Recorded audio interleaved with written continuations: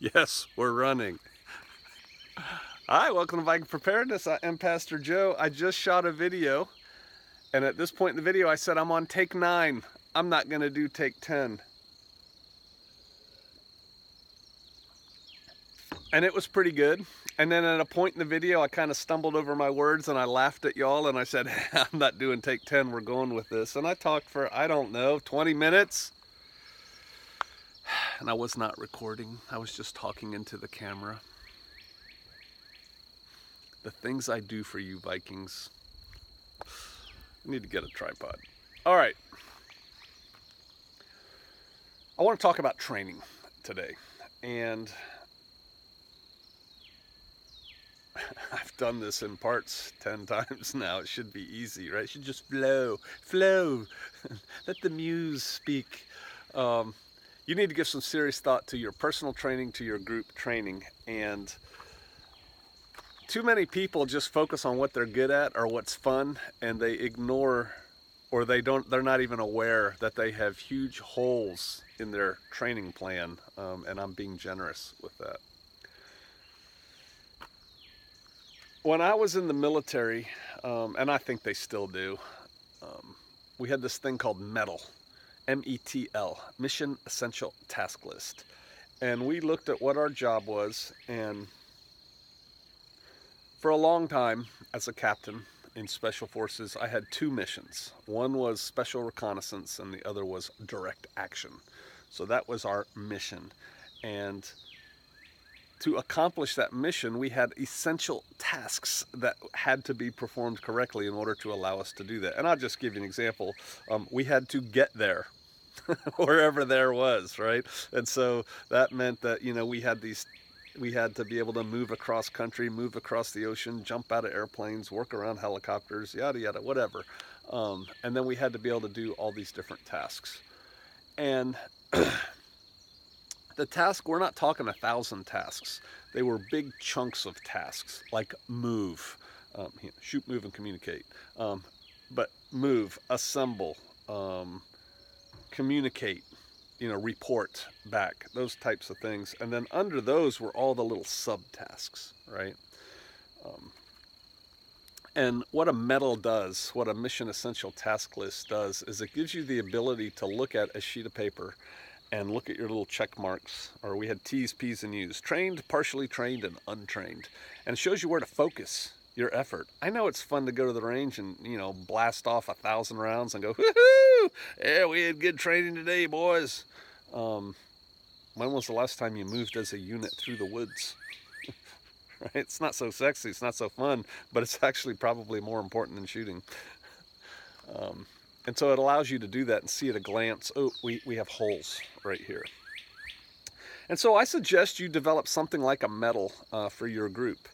And an example is zombie apocalypse. And let's say your plan is to move your family to Aunt Matilda's house, right? And you're going to live on her ranch for the zombie apocalypse. So how do you design a Metl around that?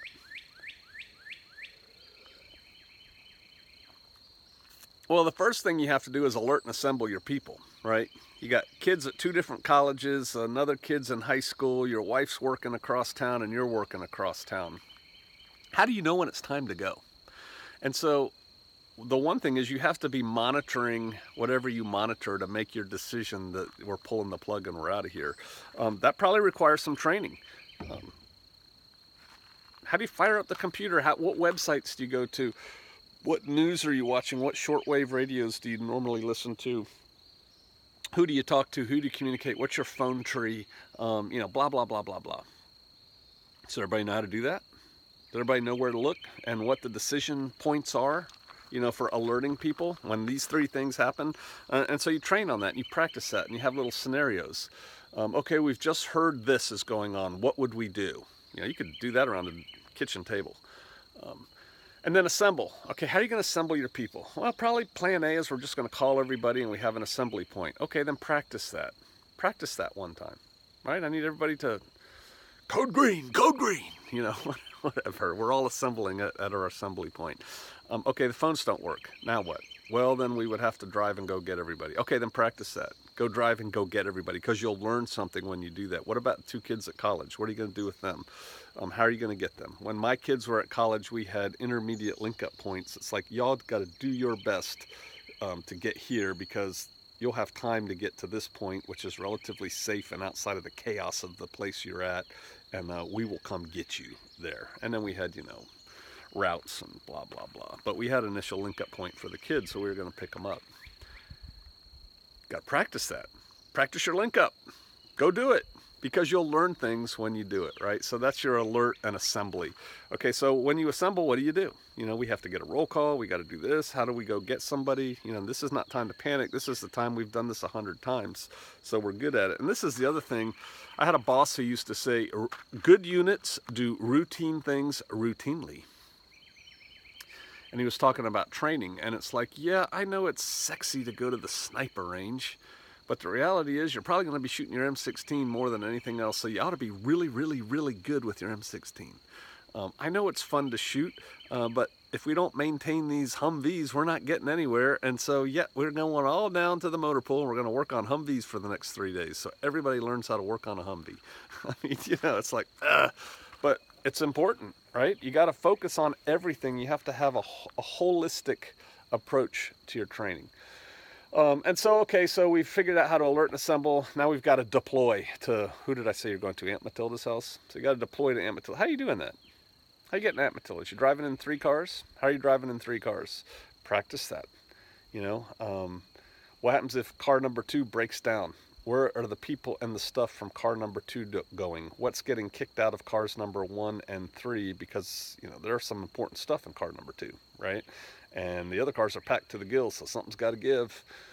Practice that. And you make your practice harder and harder and harder. Practice doing it on the side of the freeway once you get up to that. It's like, how are we going to do this? And so, but you can practice your things, you can train your things in chunks, and then you build those chunks into big exercises, full mission profile. So you get to Aunt Matilda's house, and now we're going to establish security. Okay, how are you going to do that? Well, I'm going to put somebody at the gate, and somebody's going to be in the deer stand in the back 40. Okay, who? How? Practice that for 48 to 72 to 96 hours straight. You'll learn so much. It's like, you can't just have this plan on paper. I'll put somebody there, I'll do this. How are you going to actually do that? And the way you do that is you train on it, and you just do it. And you go through the motions as realistically as you can, because you'll learn things at 2 o'clock in the morning when this guy continuously falls asleep. Why does he fall asleep? Whatever. You got to deal with that one way or another. Or gal. I'm not being sexist here.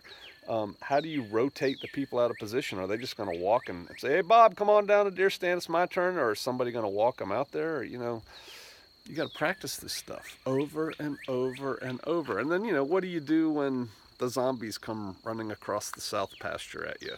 How do you move your people? Whatever. You have to practice these things and train these things. Okay, that's all well and good if you have a group or, whatever. What if you don't have a group? What if it's just you? I guess there's no sense for me to train. It's just me. Au contraire, mon frère. I used to run ultramarathons, right? What was that? 50K to 100 miles, somewhere in there. And to do that, you have to train for it. And so I would have a training plan. I think most ultra runners, at least back then, did. And we would do certain things on certain days, and we knew hard day, easy day, long day, short day, fast day, slow day, blah, blah, blah. Night run, whatever.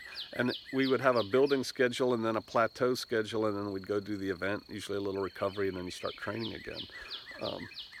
So that's for an individual thing. Well, even if you're an individual, you have things you think you're going to do, right?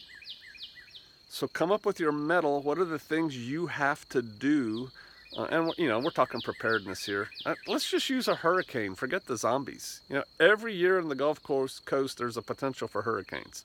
Okay, might be good to train on that. What are some of the things you'd want to train? Boarding up the house. What do we got to do to board that up? Evacuating, if that's required. We have a whole set of things to do for evacuating. What about dealing with, first aid issues and matters? What about repairs? You know, we have to, if the roof blows off, what are we gonna do? You know, or if a hole blows through a window or something, what are we gonna do? Practice that. So you're not having to do it for the first time at 2 o'clock in the morning, you know, with going on. Whatever. Just decide what it is that your mission is in life.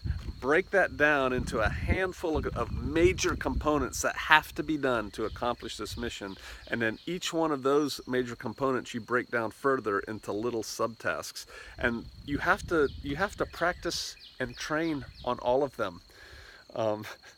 And if it's just something, that's probably not going to happen, then it's not essential, so you get rid of it. It's just, that's a maybe. But most of your effort has to be devoted to the things that you're mostly going to do, which is kind of interesting with prepper groups who mostly practice going to the rifle range. But they're going to be doing a lot more things than just shooting bad guys, I hope, you know, in an event. And those are the things they should be practicing on, training on more. For you, whatever you think your plan is for you and your family, you do have a plan, right? You should develop a training plan to support that, and then you should start working on it. And try to take a holistic approach. I've done this now like 10 or 11 times, so I may be repeating myself. I'm definitely repeating myself. I may be repeating myself on this video. Don't just focus on what you're good at. You know, I like to draw and shoot 2 rounds into 3 targets, reload, and do it again. Because I'm good at it. It's fun. I'm better than most people at that. Okay, cool. So how are you at, I don't know, I'm just going to make something up. I'm good at a lot of things. Oh, yeah, very, very arrogant there, PJ. Cut me some slack. You know, maybe I don't like washing clothes with a plunger. You know, how are you going to do that? Oh, I know how to do that. I saw a video on YouTube. Okay, so when you're washing clothes, who's pulling security? Oh, yeah, because there's that, isn't there? It's not just the task of washing clothes. It's the whole thing that's going on. So while I'm here washing clothes, somebody's got to be pulling security. While I'm washing clothes, who's getting more water? Is that me? Okay, how am I doing that in a semi-permissive environment? Am I going by myself, or am I taking a security detail with me? See, you can get deep into this, and the thing is, you actually have to go out there and do it. If you want to be good at it, you have to get out there and do it. How often do you train? I don't know. What's your priority on it? We all have lives to live. We all have things that we think we need to do. But I was just thinking, and I said it in one of the previous videos. Well, as a Boy Scout Scoutmaster, we met for 2 or 3 hours once a week. This boys. And then one weekend a month, Friday through Sunday, we went camping. That's just boys. Kid stuff. So how serious are you? I suggest you develop your Metl, your mission essential task list, spend some time on it. And again, it shouldn't be more than about 10, 15 things. And then break those down into subtasks, and then make sure that you're evenly distributing your training and that you're focusing on the things you're most likely going to have to do. Those routine, boring things, that'll bite you. And we're going to end the video there, but I'll just tell you very quickly, I worked with the Gurkhas for a while, and when I came back, I had to go on a little speaking tour and give briefings on why the Gurkhas are so good, because they were very good, and what are their secrets so we can learn their secrets. And they had no secrets. And people were very disappointed to hear that. They were very good at what they did because they actually did everything we had in our manuals that we said, this is what you have to do as an infantryman, that we finger drilled. It's called finger drilling, when you just, we pretend we have security out there. Okay, now let's wash clothes. Now, they would put security out there while somebody was washing clothes. And they just did all those things all the time, and it made them very, very good. They paid attention to detail. They focused on the whole picture. You can do the same thing in your position. Come up with your mission essential task list, break it down, and get to training. All right, I'll see you out there.